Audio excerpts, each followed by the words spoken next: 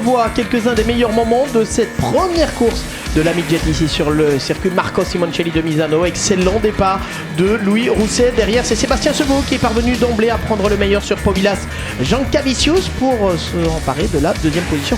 Petite glissade malgré tout à cet endroit, mais c'est passé pour Sébastien Sevaux qui, en termes de glissade, en général, c'est plutôt de quoi il parle puisque les cascadeurs professionnels. Il s'est dit ici peut-être un des tournants de la course avec un Louis Rousset qui est venu fermer la porte de manière assez virile mais correcte à son rival Sébastien Sevaux qui n'aura plus d'autres opportunités de doubler par la suite. Un premier c'est Picard, suite à l'arrêt en bord de piste de Harry Eck, puis quelques figures libres, notamment celle de Jules Doncieux que l'on voit ici, des bagarres au cœur du peloton, c'est ça aussi la midget évidemment, et quand on retrouve au total 35 voitures en piste comme c'est le cas ce week-end, forcément ça touche de tous les côtés. Voilà Alain Grand notamment qui était venu toucher, on n'avait pas vu ça en direct, Étienne Cateau sur ce coup là. Petit tête à queue également pour la numéro 21 qui est celle de François Buisson.